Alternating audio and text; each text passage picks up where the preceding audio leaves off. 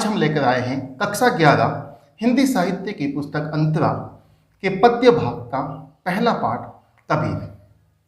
हम जानते हैं कि कबीर भक्ति काल की निर्गुण भक्ति धारा के ज्ञानाश्रय शाखा के संत कवि हैं। कबीर के विस्तृत परिचय के लिए आप हमारे डिस्क्रिप्शन बॉक्स में दिए गए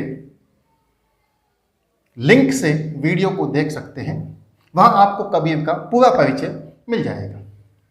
अब हम लेते हैं हमारी इस पुस्तक में दिए गए 2 पदों की व्याख्या।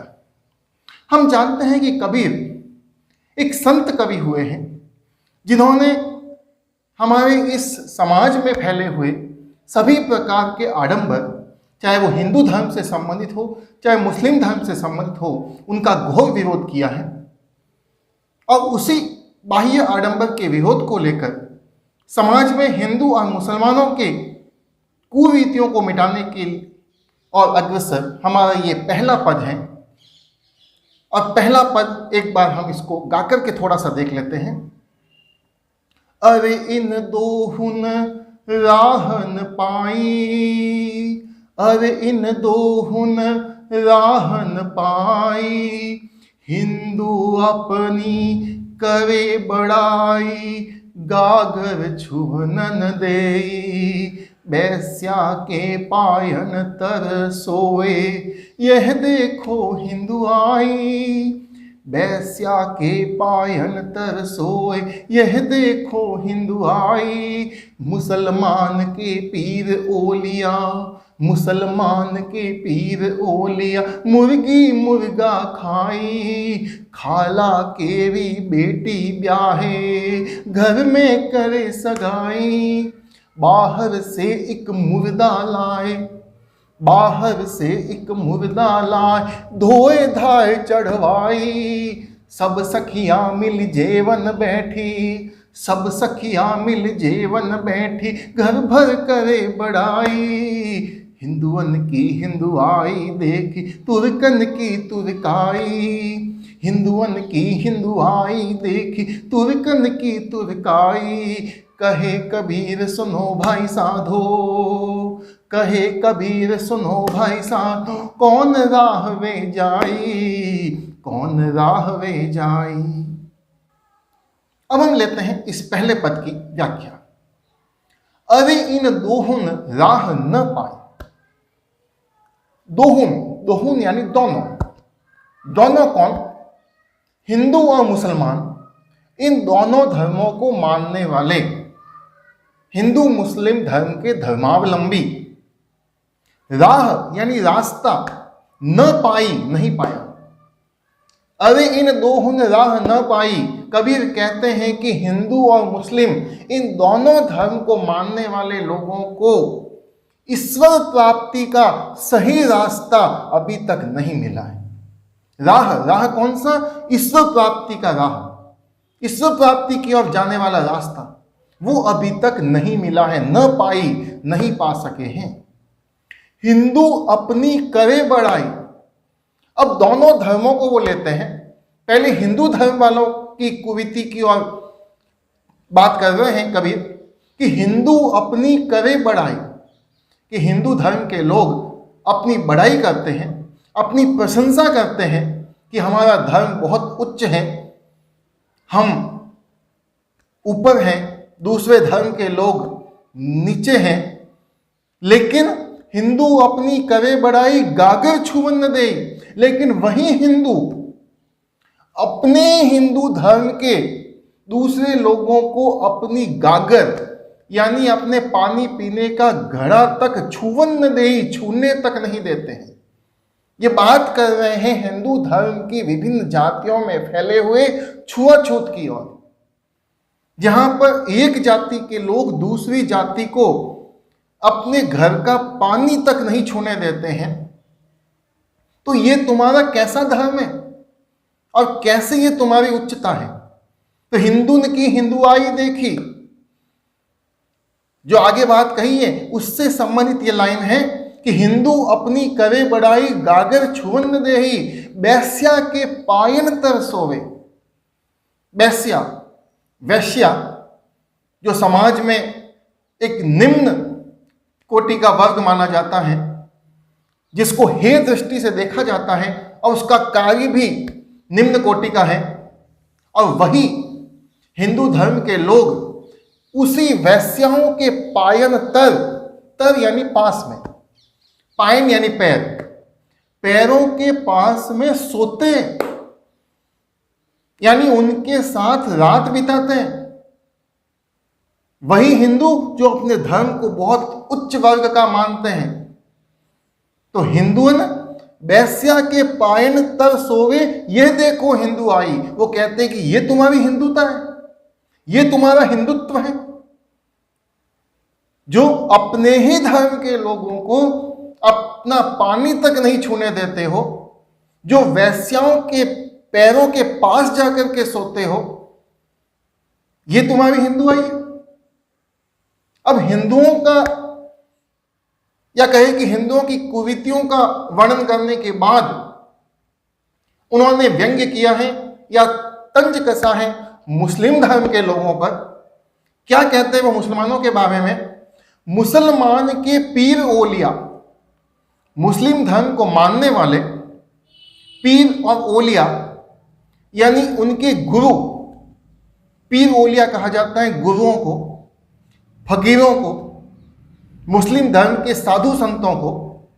तो आपके मुसलमान धर्म के पीर ओलिया यानी जो साधु संत हैं, बड़े बड़े, जो बड़े बड़े फकीर होने का दावा करते हैं, वह भी मुर्गी मुर्गा खाई यानी मुर्गी को मार करके पका के उसको खाते हैं। अर्थात मुस्लिम धर्म के लोग जो साधु हैं, जो अपने आप को अपने धर्म का गुरु बताते हैं, वह लोग भी जीव हत्या करते हैं। तो ये तुम्हारा कैसा धर्म है जहां पर जीव हत्या को भी धर्म मान लिया गया? तो मुसलमान के पीर ओलिया मुर्गी मुर्गा खाई, खाला केरी बेटी ब्याहे। खाला, खाला कहा जाता है मौसी को। और हम जानते हैं मुस्लिम धर्म में सगे भाई बहन को छोड़ करके, चाहे मासी का बेटा हो, बुआ का बेटा हो, बेटी हो, उन सभी के आपस में शादी होती है। तो उसी पर उन्होंने बात कही है कि खाला केवी बेटी ब्याहे। तुम्हारे मुसलमान धर्म में मासी की बेटी से, मौसी की बेटी से ही सगाई कर देते हो। मासी, जिसको मां के समान, मासी, मां के समान दर्जा दिया गया है, और मां की बेटी तो सगी बहन होती है, लेकिन फिर भी तुम लोग मासी, अपनी मासी के, अपने खाला के घर में ही अपनी बेटी दे देते हो या अपना बेटा दे देते हो। खाला केवी बेटी ब्याहे, घर में करे सगाई। और ये आपस में घर ही है, परिवार ही है, जिसको मां का दर्जा दिया गया है। तो आप अपने ही रिश्ते में विवाह कर लेते हो, शादी कर लेते हो।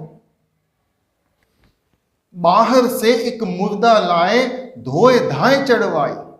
कबीर कहते हैं कि आप मुस्लिम धर्म के लोग बाहर से एक मुर्दा व्यक्ति को उठा के लाते हो, एक लाश लेकर के आते हो, वो भी किसी जानवर की, और उस लाश को लाकर के घर पर उसको बढ़िया धोते हो। धोने के बाद उसकी छाल उतारते हो, धोए धाए चढ़वाई, और उस लाश में से, उस जानवर की मुर्दा लाश में से मांस निकाल करके चूल्हे पर पकाते हो। चढ़वाई यानी चूल्हे पर चढ़ाते हो पकाने के लिए। क्या यही तुम्हारा धर्म है, जहां पर एक मुर्दा व्यक्ति को लाकर के उसको काटा जाता है और उसको भोजन के रूप में पकाया जाता है? सब सखियां मिली जेवन बैठी। सब सखियां यानी सभी परिवार के लोग, परिवार के सभी लोग आपस में, सब सखियां यानी सभी परिवार के लोग जेवन बैठी, जेवन यानी जीवना, भोजन करना, सभी आपस में भोजन करने के लिए बैठते हो एक साथ में। और क्या खाते हो? वही मुर्दा व्यक्ति को, मुर्दा जानवर को, जिसको ला करके तुमने धो धा करके पकाया है, वो अब खाते हो। धोए धाए चढ़वाई, सब सखिया मिल जेवन बैठी, घर भर करे बढ़ाई। और अपने घर में ही सभी मिलकर के उसको खाते समय बढ़ाई करते हो कि आहा, आज तो भोजन बड़ा स्वादिष्ट बना। क्या यही तुम्हारा स्वाद है? और साथ में तुम अपने धर्म की बढ़ाई करते हो कि हमारा धर्म ऐसा है। क्या एक मुर्दा व्यक्ति को खाए हुए वो तुम्हारा धर्म है? तो इसलिए उसने कहा है, हिंदुन की हिंदुआई देखी। कबीर कहते हैं कि मैंने हिंदुओं की हिंदुता भी देख ली, उनका हिंदुत्व भी देख लिया, और तुर्कन की तुर्काई, तुर्कन कहा जाता है मुसलमानों को, मुस्लिम धर्म को, और तुर्कन यानी मुसलमानों की तुर्काई यानी उनकी मुसलमानी भी देख ली, उनका मुस्लिम धर्म भी देख लिया। दोनों ही धर्म बुराइयों से भरे हुए हैं। कहे कबीर सुनो भाई साधो। कबीर कहते हैं कि हे साधु लोगों, आप सुनिए। क्या सुनते हैं? कौन राह वे जाए। बताओ, ये ऐसे लोग जो अभी मैंने वर्णन किया ऊपर, कबीर कहते हैं कि वो किस रास्ते पर जाएंगे। वो कहते हैं कि हमारा ये सर्वोत्तम रास्ता है। क्या यही उनका सर्वोत्तम रास्ता है? वो इस किस रास्ते पर जा रहे हैं? तो बताओ, इनको किस रास्ते पर चलाया जाए ताकि ये सही रास्ते पर चल सके। तो ये थी कबीर की पहले पद की व्याख्या, जिसमें उन्होंने हिंदू और मुस्लिम धर्म में फैली हुई कुरीतियों की चर्चा की है, जिसमें वो अपने धर्म को सर्वश्रेष्ठ बताते हैं, लेकिन कभी उनकी धर्म में फैली हुई कुरीतियों को उजागर कर देते हैं। इस पद की शिल्प की बात करें तो कबीर की भाषा सदूकड़ी भाषा कही जाती है, जिसका एक अन्य नाम और है पंचमेल खिचड़ी, क्योंकि ये 5 भाषाओं का मिश्रण है लगभग। तो इसलिए प्रस्तुत पद सदूकड़ी अथवा पंचमेल खिचड़ी भाषा में लिखा हुआ है। छंद इसका पद है। अगर इसके अलंकारों की बात करें तो इसमें अधिकांशतः अनुप्रास अलंकार का प्रयोग हुआ है। हिंदुन की हिंदुआई ही, तुर्कन की तुर्काई, त धोए धाए चढ़वाई, ध। तो ये जो शब्द हैं लगभग यहाँ पे छेकानुप्रास अलंकार का प्रयोग हुआ है। हम जानते हैं कि जब कोई वर्ण किसी वाक्य में केवल 2 बार आए तो वहां पर छेकानुप्रास अलंकार का प्रयोग होता है। अब हम लेते हैं दूसरा पद। दूसरा पद कबीर के रहस्यवाद से संबंधित है। इस पद में कबीर ने आत्मा और परमात्मा के मिलन की बात कही है। देखते हैं इस पद को। बालम आवो हमारे गेह रे। यहां पर पहले आपको बता दूं, आत्मा और परमात्मा, ये द्वैतवाद, ये 2 चीजें, ये 2 बातें यहां पर बताई गई हैं। आत्मा कबीर की है, परमात्मा उस परम पिता परमात्मा की, और इन दोनों के मिलन को ही कबीर अपना अंतिम लक्ष्य मानते हैं। आत्मा को कबीर ने पत्नी की संज्ञा दी है, प्रेमिका की संज्ञा दी है, और उस परमात्मा को कबीर ने पति या प्रेमी की संज्ञा दी है। जिस प्रकार से एक प्रेमी परदेश चला जाता है अथवा अपनी प्रेमिका से, अपनी पत्नी से दूर चला जाता है, तो पीछे पत्नी और उसकी प्रेमिका विरह में तड़पती है। उसी ही विरह अवस्था का वर्णन कबीर ने यहां पर किया है। जब भी यहां पर पत्नी शब्द का प्रयोग आएगा अथवा प्रेमिका शब्द का प्रयोग आएगा, इसका अर्थ है कबीर की आत्मा। और जब भी पति अथवा प्रेमी का शब्द आएगा, उसका अर्थ है परमात्मा। देखते हैं, बालम आवो हमारे गेह रे। बालम, बालम कहा जाता है प्रियतम को। कबीर की आत्मा अपने उस परमात्मा रूपी प्रियतम को बुलाकर कहती हैं कि बालम, हे मेरे प्रियतम, आवो हमारे गेह रे, आप हमारे घर में पधारिए। अब गेह, गेह यानी घर, घर कौन सा? हृदय। हमारे हृदय रूपी घर में, इस शरीर रूपी घर में पधारिए। क्योंकि पति और पत्नी, प्रेमी और प्रेमिका के रहने का एक निश्चित स्थान होगा जिसको घर कहते हैं हम, जहां हम सभी रहते हैं। तो वो कह रहे हैं कि ये शरीर हमारा घर है जिसमें आत्मा पत्नी है, परमात्मा पति है, आत्मा प्रेमी है, परमात्मा प्रेमिका, आत्मा प्रेमिका है, परमात्मा प्रेमी है। तो बालम आवो हमारे गेह रे, हे प्रियतम, आप हमारे इस हृदय रूपी, शरीर रूपी घर में पधारिए। तुम बिन दुखिया देह रे, तुम्हारे बिना,